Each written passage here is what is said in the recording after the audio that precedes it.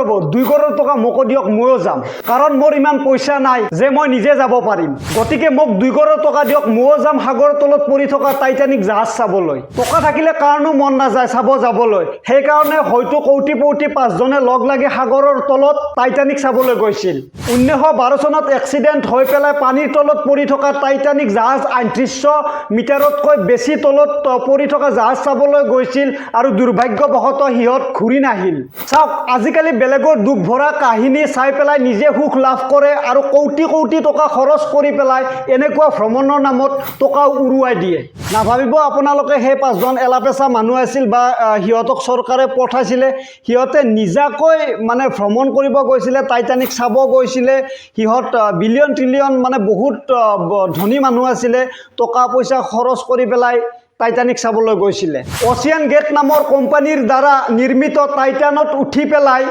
হিহঁতে টাইটানিক চাবলৈ গৈছিলে এনেকুৱা নহয় যে আগতে কোনো চাব জনা আগতে বহুত গৈছে কিন্তু ঘটনা ঘটা নাছিলে আৰু সেই সৰু সাবমেৰিনখনত হিহঁতে 96 ঘণ্টাৰ অক্সিজেনহে লৈ গৈছিলে মানে 96 ঘণ্টা হিহঁতে অক্সিজেন লৈ পেলাই জীয়াই থাকিব পাৰিব কিন্তু 96 ঘণ্টা যেতিয়া পাৰ হৈ গ'ল তেতিয়াতো মৃত্যুমুখত পৰাটো নিশ্চিত গতিকে ইউএছ কোষ্ট গাৰ্ডে গৈ পেলাই উদ্ধাৰ কৰিলে আজিকালি এইটো টুৰিষ্টত পৰিণত হৈছে মানুহৰ চখ পূৰণ কৰিবলৈ সাগৰৰ তলিত মহাকাশত ভ্ৰমণ কৰিবলৈ যোৱা আজিকালি টুৰিষ্টত পৰিণত হৈছে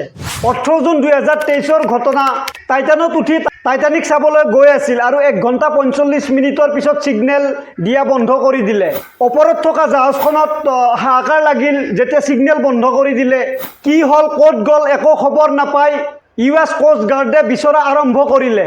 আৰু অৱশেষত জনালে যে সাবমেৰিনখন ধ্বংস হৈ গৈছে পানীৰ তলতে ধ্বংস হৈ গৈছে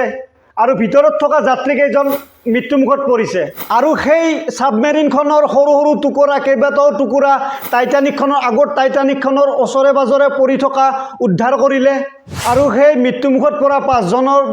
মানে যিকোনো মানুহ নাছিলে মানে ডাঙৰ বিজনেছমেন আছিলে তাৰপাছত তাৰে ভিতৰত 2 জন পাকিস্তানৰো আছিলে বাপেক পুতেক আছিলে আৰু মৃত্যু হোৱা কেইজনৰ ফটো আপোনালোকে সাইডত দেখা পাই আছে 1912 চনত টাইটানিক জাহাজখন বৰফৰ টুকুৰাত খুন্দা মাৰি পেলাই 2 টুকুৰা হৈ পেলাই তেতিয়া 1500তকৈ অধিক যাত্ৰী মৃত্যুমুখত পৰিছিলে 1997ত ইয়াৰ ওপৰত টাইটানিক সিনেমাখন বনোৱা হৈছিলে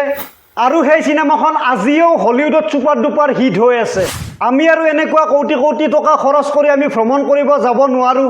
আৰু মোবাইলৰ ডাটাখিনি খৰচ কৰি যদি আপোনালোকে কিবা অলপ শিকা বুলি ভাবিছে তেনেহলে এই পোষ্টটো আপোনালোকে লাইক শেয়াৰ কমেন্ট কৰি দিব আৰু এনেকুৱা ইনফৰমেটিভ ভিডিও আপোনালোকৰ মাজলৈ মই লৈ আহি থাকিম গতিকে আপোনালোকে শেয়াৰ কৰি দিব ফলো কৰি দিব গতিকে আজিলৈ এৰিছো ধন্যবাদ জয় আই অসম।